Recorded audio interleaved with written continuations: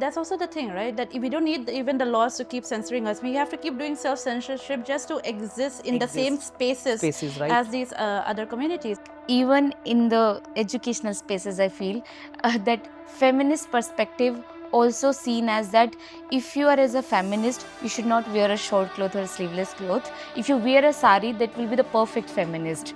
I have met in my life lots of patriarchal women, not men. And I'm not saying that patriarchy is non-existent in our communities. Then the only way she can move away is through education, through housing, through jobs. She cannot move away by taking off her hijab while she is with the family.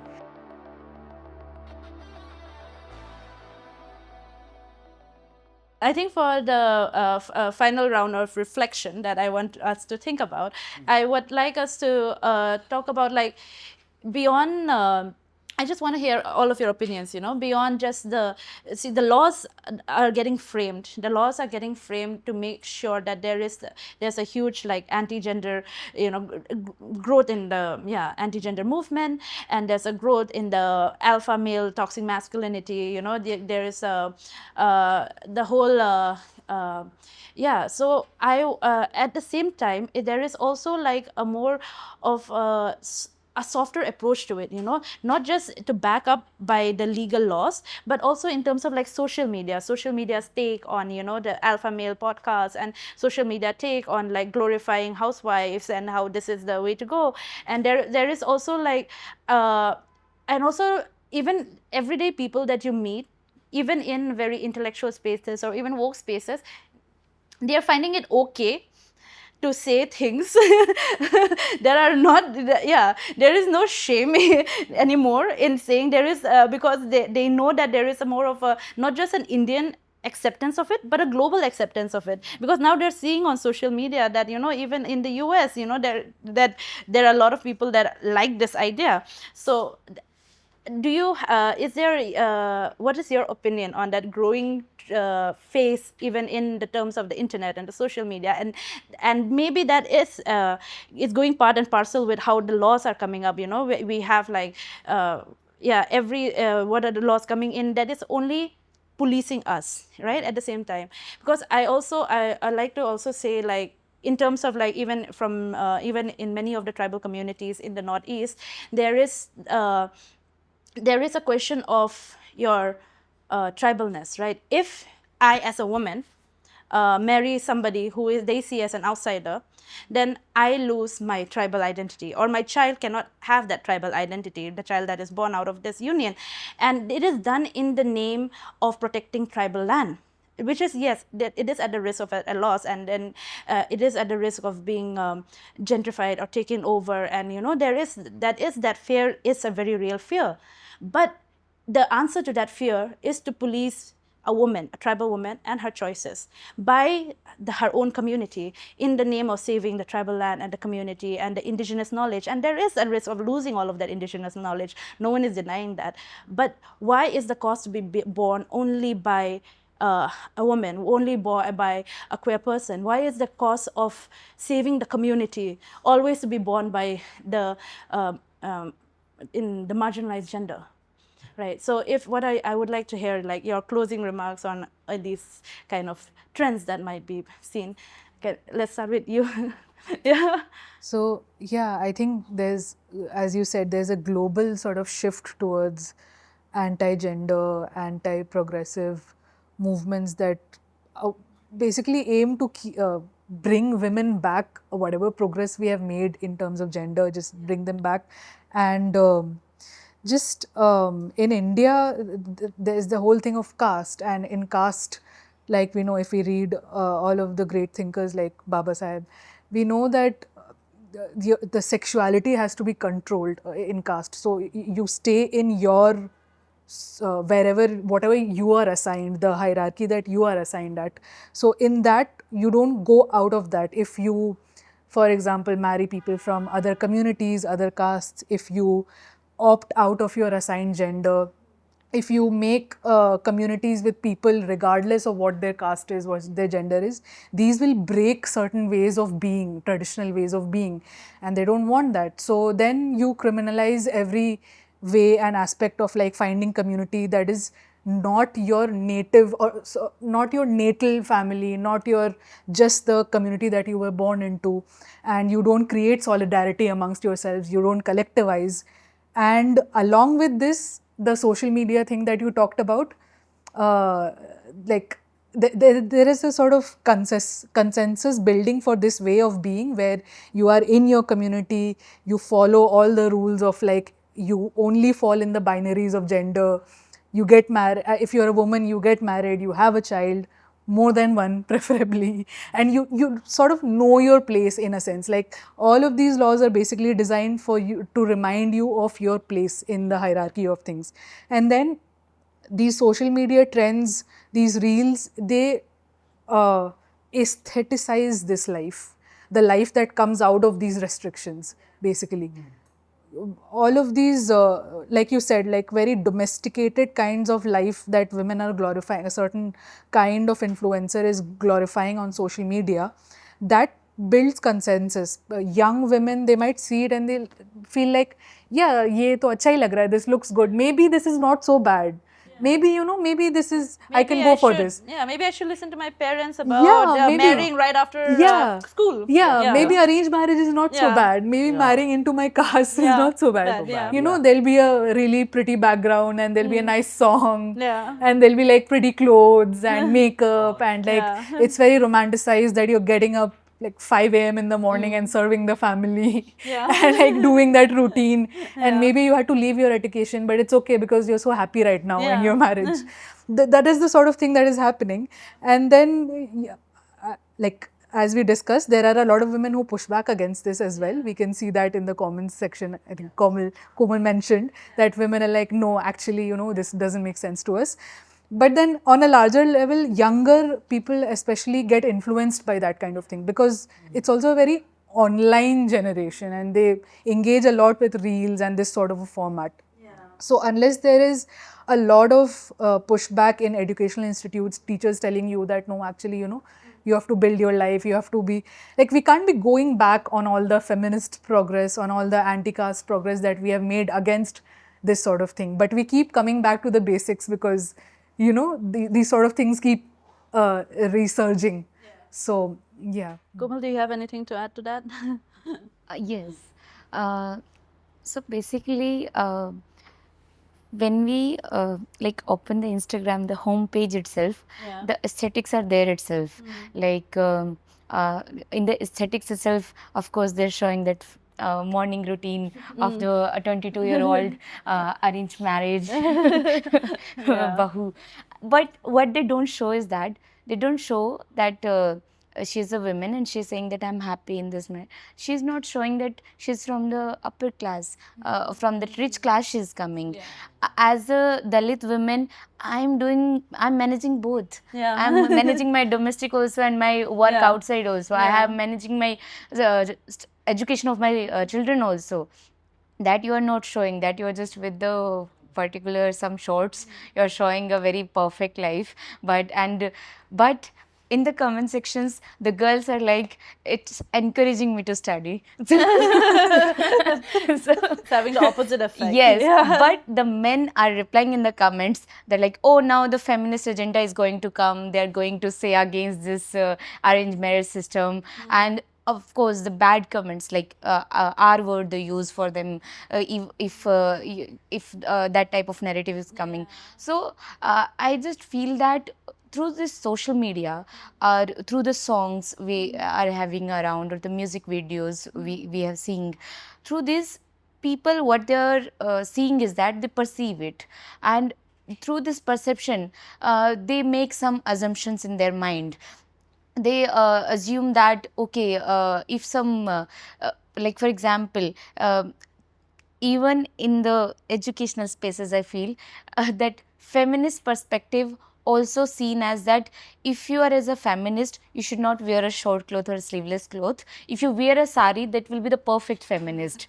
Yes. So and this type of perceiving all through this insta reels they are making. So I just feel that people are whatever they are taking content and they just make assumption from that itself.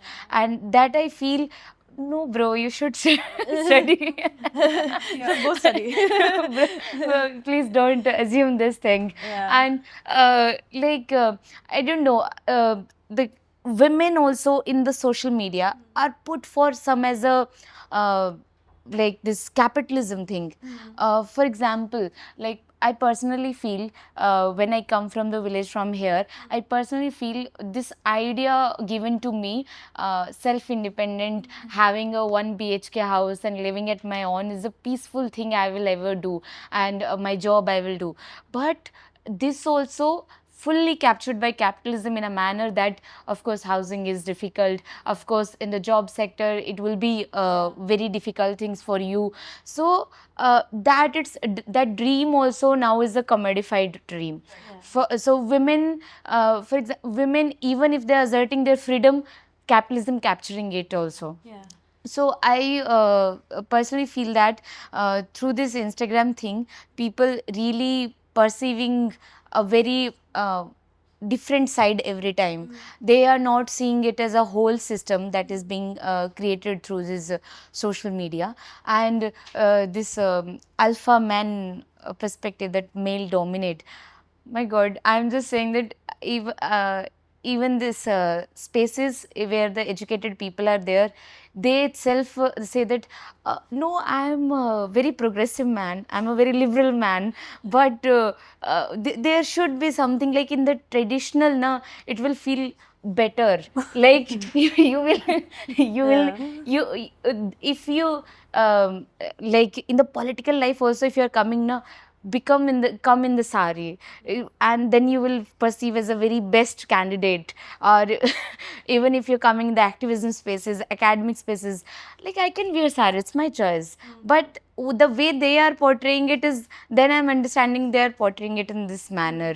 So, and okay, these educated men can't teach them, and men around in my village with whom I talk, whatever in the social media they get, they just take it as this manner only, they don't think on it. And even I talked with one so-called liberal upper caste man, and he is I and him discussing something, and I just I'm sorry to be very frank about it, but he's telling that upper caste women are so open up about the relationship choices. They assert them, and it's very good thing. I feel it's a good thing. And I said, okay, good. And he said, but when Dalit women assert themselves, now that okay, I'm making him as in a relationship, then I'm doing this relationship, they are seen as a characterless. And I was like, yeah, some kind, what happened is that the assertion choice is also very different for every strata. Like if I am asserting my choices, then oh, I can be seen as a characterless. But if upper caste liberal women is showing the relationship choices, that can be seen as a cool thing.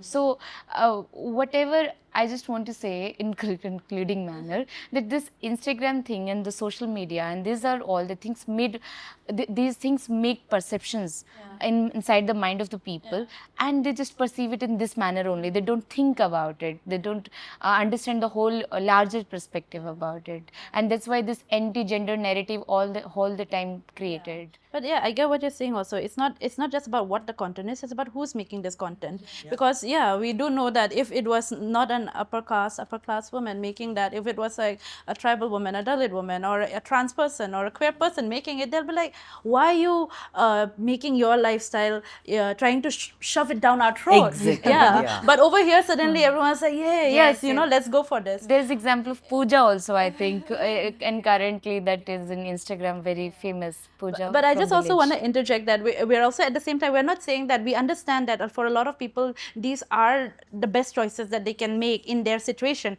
So we're not completely like dissing the people who make this choice as a way of life, of course. But yes, Kabir, let's hear some. So for me, like I got a lot of information and knowledge from Instagram only. I personally, when it comes to transness and the queer languages, I feel that there is very thin line, the real and the real life.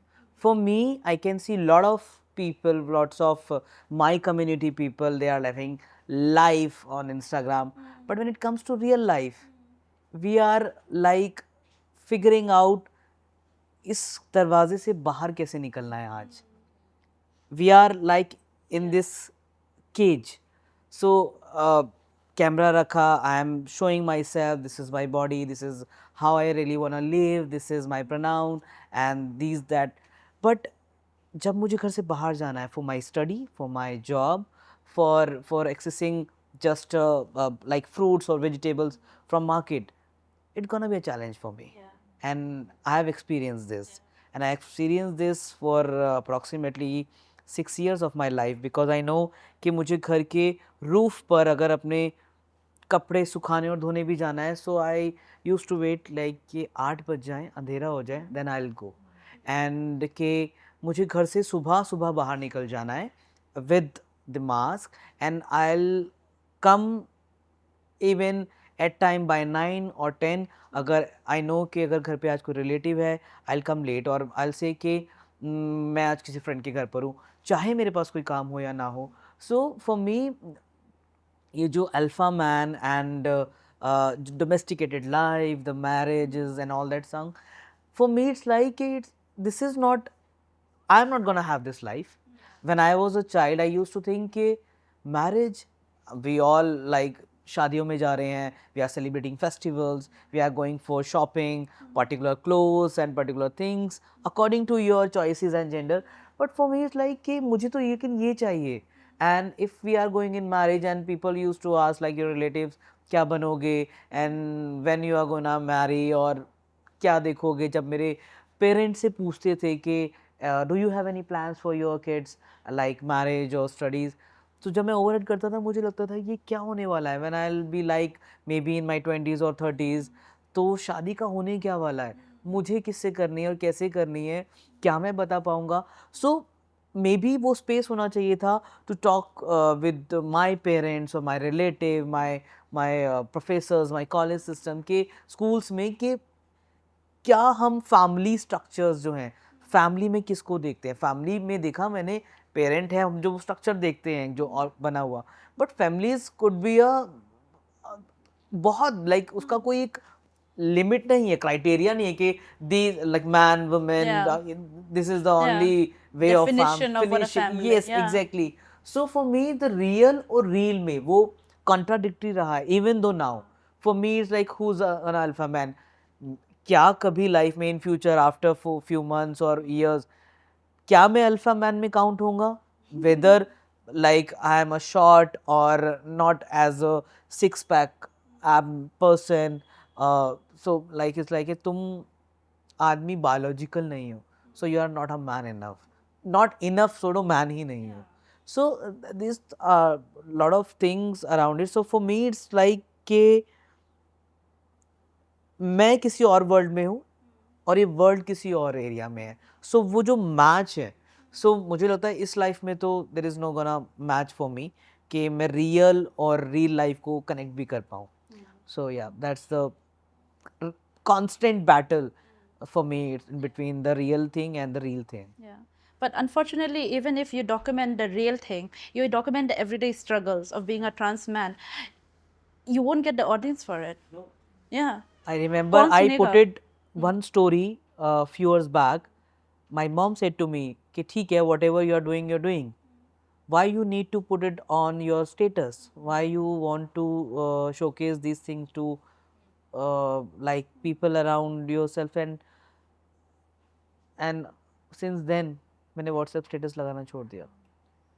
So मुझे लगा no, I guess WhatsApp's family is like your contacts, your relatives. Insta family is far better than this family, so I should put my stories, my everything on Insta rather than WhatsApp. So yeah. That's also the thing, right? That we don't need even the laws to keep censoring us. We have to keep doing self-censorship just to exist in the same spaces right? as these other communities. And then on top of that, there's a legalized order that comes on top of us to tell us what we can't do. We already are existing in a space where we already have to put on that restriction on ourselves.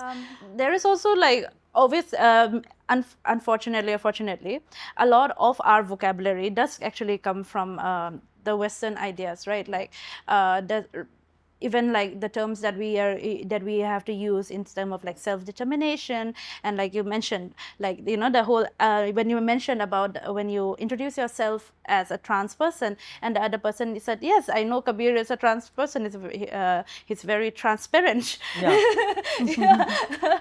So because these are not the everyday language that we use, and so there is but unfortunately this is the vocabulary that we have to adapt to, we have to use, because that is the one that existed before we could when we came up to self-determine ourselves. However, this vocabulary and this idea coming from the westernized world, it is being used against all of us, right? It is being used as like the right as what, let's say that the global idea of who is a Muslim woman and what is happening to Muslim women in the world, it determines the rules and regulations for how to regulate Muslim women here in India. And again, similarly, like about the right to self-identify, it is a conversation that is being had outside, and then now they're like, oh, we don't want it's too confusing, we need to nip this in the bud before the number of pronouns keep increasing. It's already confusing enough. Yeah, so like, yeah, then they limit about like how you can self-identify, like, no, don't self-identify, these are your three options, that's it, nothing more. And yeah, and of course despite the fact that like, for example, even like Dalit communities or even tribal communities, about how we define ourselves, how we put ourselves, it keeps getting regulated over and over again with how the West defines it. Of course, although in I forgot which state in US it was, no, there was a bill that was passed against Dalit discrimination, and then all the upper caste Hindu what do you say, NRIs and yeah, in US they went and protested against that, where, yeah, they can openly protest against it there, and then, yeah, because they're like, this doesn't exist anymore, why are you bringing this up over here? So what are your thoughts? So regarding Muslims, I think the discrimination is also in our context. It is very caste coded as well, I feel, with the questions around food, housing, where if you would see most working class neighborhoods, there is a predominance of oppressed caste, Muslim and Dalit communities living in working class neighborhoods. And that's also by design. And this is like a very old fact that is there. It's been studied a lot. And yeah, and then the questions around eating, in quotes, impure food, because you're not eating a certain kind of yeah, because you're a non-vegetarian, so to say. I don't even understand that term, but yeah, let's use it because people understand it. And then, yeah, this whole idea of like you would not be allowed to progress in life in terms of socioeconomic indicators, whether it's job, education, or whatever it is. So I feel like all of this is going on, but then you need to put forward a narrative where you are saying that, no, actually, we are very pro the community, and you use then Muslim women as political tools. You say that we are very invested in the progress of Muslim women. So what we'll do is we will not provide them with opportunities, equal opportunities for housing, education and jobs. What we'll do is we'll save them from Muslim men. And how will you do it? You will criminalize Muslim men. You will, basically be like, okay, you will create this narrative that Muslim women are facing some special kind of patriarchy. All of the communities in this country are facing patriarchy. Muslim community is not special or unique in the kind of patriarchy that happens. But then you will create this narrative that, yeah, there is some very special and unique kind of patriarchy happening, and to solve that you have to save Muslim women. So then always you will make it about that we are doing this because we want to save Muslim women, we are doing this because we want to bring them up in life, we are asking them to take off their hijabs because we think that they are being trapped by the hijab. And in all of this, there is no conversation with the woman herself. There is no conversation with what she wants, what is happening.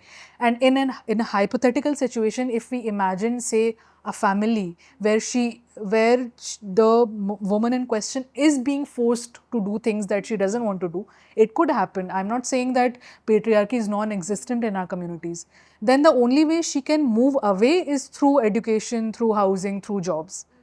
She cannot move away by taking off her hijab while she is with the family. So then, if you really are invested in saving a Muslim woman, if you have to put it in that sense, then make those opportunities available to her. And that is true for any given community, for any person from any sort of a background. So yeah, I mean, it's a farce basically. Yeah. But there's also like it's a global trend, right? Like Islamophobia, Right, yeah. it's like, yeah, everywhere. But on top of that, that's saving the Muslim woman, right? Like in France, when they banned not just the hijab, but also, what was that, burkini? Yeah, Yeah, yeah, yeah, the yeah. whole like, oh, we're banning this in order to emancipate you. You know, we're not, Yeah. yeah, but you know, so like any comment on not just in India, like in the whole Western context about, yeah, the global Western context, because like opportunities and all of that would be here, but the whole Western idea that the Muslim woman needs to be safe, the Muslim Yeah. woman needs to be told that they do not have to wear extra layers of fabric, Yeah, you yeah. know. Yeah, there's just been such a long-standing fantasy that the West has had with this idea, despite so much of pushback from so many Muslim women scholars from all over the world. But they just can't let go of that idea because France and all of these places, they have this very fixed idea of who an empowered woman is, and for them it's the white woman and the clothes she wears and the lifestyle she believes in. And people from different parts of the world, their lives, their choices are made in a certain kind of context. And for them, then what it means to be empowered, what it means to be, you cannot compromise on structural things like you should prioritize education if you can, you should be in a space where you have agency in life, where you can make your own choices. The rest, which is mostly the aesthetics, in terms of what clothing you wear, how much you cover up, how less you cover up, all of that comes later when you understand what you are comfortable with. But instead of focusing on the other stuff, where even Muslim women are disenfranchised on a global level as well, they are facing discrimination in their workplaces. They are, if they're doing activism, they are being looked at as a certain way, right? So you take, as the state or as the government, you take care of that. You're not supposed to get into what I can wear, what I cannot wear, where you said like banning the burkini or the hijab or the burqa, like that is not your place to like come in. If a woman is being, again, if it is a scenario where a woman is being forced to do it, you provide the opportunities for her to leave. She will automatically reach a place where she will shed those markers if she doesn't believe in them and if she's being forced to. So yeah. Yeah. I'm just thinking on that like this whole Western idea of liberating women is seen as the same for everyone, but that's really not a case at all. For Dalit women, like the of course, when we understand that Baba Sahib Ambedkar theory of caste is maintained through this endogamy marriage, only through managing the further lineages, only the caste purity will be there. So the intercaste marriage would be an option. But for Dalit women, asserting a choice of a marriage is like not possible at all. And women, of course, now when we see this whole idea, whole narratives on a women, like religion is put all back and things beside me. I will only protect religion. I will only protect tradition, and culture, so the whole burden is put on women's bodies. And even the Western ideas show that this you have to maintain only, but we will liberate you in terms of in the capitalism manner only, that we will give you a dream of that you can build your own career, but still you have to connect it with this all the tradition, culture, religion things. So for Dalit women, this idea of liberating themselves is very far till now. I don't think so. It's just coming now itself. But It will be very late. I understand what you're saying. It's like, okay, you know, like liberate yourself. You know, what do you say? Be independent women, but be this definition of an independent Dalit woman. Yes. You know, be this definition of an independent tribal woman. Be this definition of an independent Muslim woman. Assert your self-identity. Assert your yeah, all of that, but within a greater definition of an identity that we have created. Yes. Yeah, and it's a global movement. Like we see it in happening in various states of the US. We see it happening in various European countries, and it is but it is, I feel like the whole global movement is encouraging, like it is already unspoken practices in the realities that we live in. However, it is giving currency for it to be put on paper, for it to become enforceable. You know, yeah, before it is just like, oh, this is how the norms are, even though it's not written. But now the global movement is encouraging the authorities in place in our local lives to put it down on paper and to make it enforceable upon us, and not just suggestions. Yeah. So but of course I can only speak and we can only speak from the experiences of women. So Kabir. So I think I feel at times they'll say कि like our India is getting influenced by the Western cultures or Western languages or Western things. So I feel at times this is all our bahanas for us, for not giving us education, career, rights. Because वैसे तो they're like India is a country where like पूरा देश, पूरा संसार is like learning from India. Like they are celebrating our festivals, our cultures, our food and all that stuff.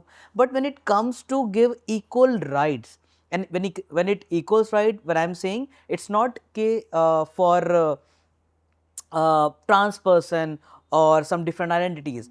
Binaries में ही they are very specific with men identity only. Women, फिर वो दलित women, Muslim women, disabled women, trans women, like उनके लिए औरत को भी नहीं देना है. So the whole thing is like very patriarchal thought.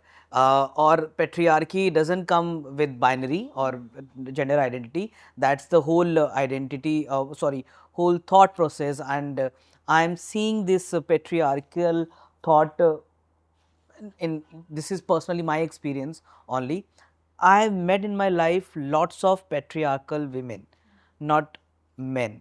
Like comparatively, like everyone is like, how come in this this experience with you, Kabir, and I like कि मुझे आदमी बेहतर मिले औरतों से हमेशा, जिन्होंने they supported me like anything. They like sit with us, Kabir, and if you need anything, just let us know. But when it comes to women, for me in my life, I've been like, oh my godness, कि मुझे औरतों से कैसे दूर रहना है अब, and because I've been extorted from women, like when like जहाँ मैं रहता हूँ in old Delhi, so there were a lot of women only के they mock about me, they slurred language or lot of things, lot of shit things happened, but किसी आदमी ने नहीं किया.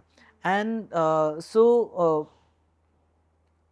one of very renowned organization founder said to me, and he was very nice, he was doing wonderful work in education and gender thing. He said to me, Kabir, listen, already जो देश की हालत है ना, it's like कि औरतों को ही right नहीं मिल रहे हैं, so don't अपने लिए challenge मत create करो, be stick to who you are, like your biologically, कि तुम्हें जैसे भी जीना है, जियो जैसे जीना है, because this country is not gonna give you different rights. यहाँ पर औरत को नहीं मिल रहे हैं, तुम्हें भी नहीं मिलेंगे. So you have to accept this fact कि you are born in this country, so you live to according to their norms. Not तुम लड़ते हुए रह जाओगे, कुछ नहीं मिलेगा.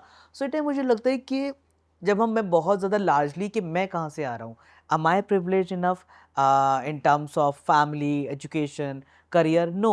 So अपने आप को टेम डाउन करके उन घेटोज में, may be my family is out of from that ghettos, but my still my relatives are वही हैं.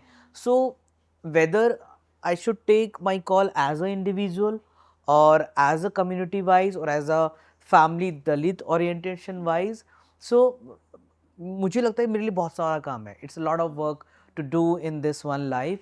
So it's better, like you talked about languages. So we didn't have ना पहले, even no now. So the queer and the gender language is a very elite language. Very elite. Even transgender का भी हिंदी में शब्द नहीं है. When like someone asked me कि तुम्हें कैसे मालूम पड़ा व्हेन यू आर किड कि you are a queer person. So मुझे वक्त लगा जानने में, एंड ऑनेस्टली बैक देन मुझे मालूम पड़ा my queerness, my identity by the aroma of shaving cream, the aroma of the masculine fragrances.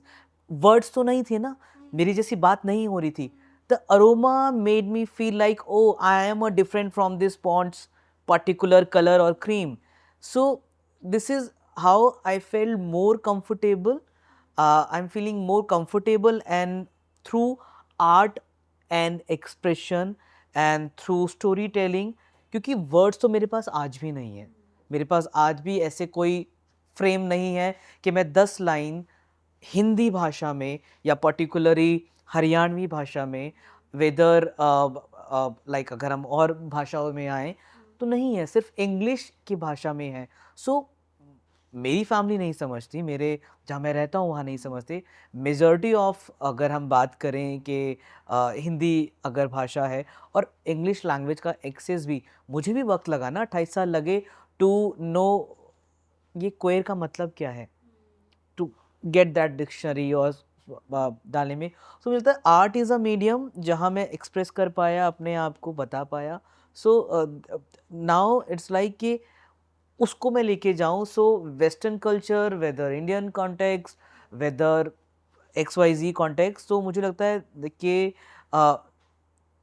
For if you are a different from this binary, or if you are a different from this quote unquote masculinity thing or patriarchy, you're gonna fight to justify your thoughts, your identity and everything. So, and why this is happening again and again, this trans bill, or like these are the same government जिसने मुझे कुछ सालों पहले बोला you are validate, your representation, your life matters, but now they are saying कि आप कौन हो, we need to figure it out. So that's the real big challenge. Yes, yeah. I think it's even like even before this, right? About even the surrogacy bills that have come out, like and then let's say that even document में मिल गया, your the gender that your gender identity is correctly labeled even in your document. उसके बाद क्या शादी legalise नहीं होगा, adoption allow नहीं करेंगे, and so on. Like job कहाँ मिलेगा, I मिलेगा cannot कि नहीं. think about these things in my life. Yeah. So it's I think I get like regardless of even wherever they're getting their influence from, for making these laws, wherever they're getting their ideas from, be it the global movement, be it wherever, your everyday was challenging before the trans bill, after the trans bill, And it's gonna remain. yeah, it will. Gonna remain, Yeah, it will remain. Yeah, I think with that, I would just request if anyone has any last statements or closing remarks to make before, for any final tidbit, like one-liners that you wanna like end it with, a dialogue perhaps, a quotation perhaps that resonates with each of you. Yeah. So like I guess Aiman said na कि there are laws, there are making laws and all that without considering us. So for me, I personally feel nothing for us without us. Nothing for us without us. Yeah. Yeah. Well put. It's really difficult to match them. Yeah. He's just like Yeah.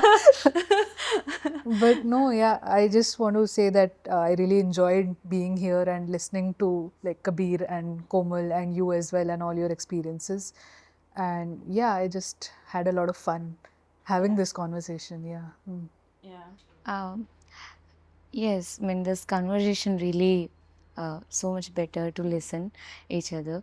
But I don't know, by listening the experiences things, I just want to say this one thing particular that I face in academia, that really please don't say our experience or our writing not as a emotional.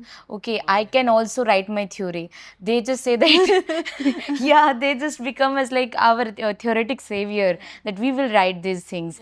And even as a like, they treat tribal women or Dalit women as a full data on, like, oh, they don't have that kind of a sense toward it, that no, we are writing it with some like acknowledgement or some things, but they just see them as data. So that's what I want to say, that our individual journey or our collective journey is never the data.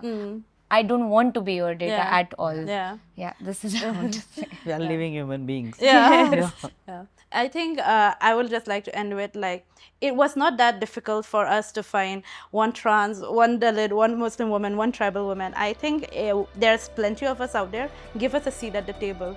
Hear us out.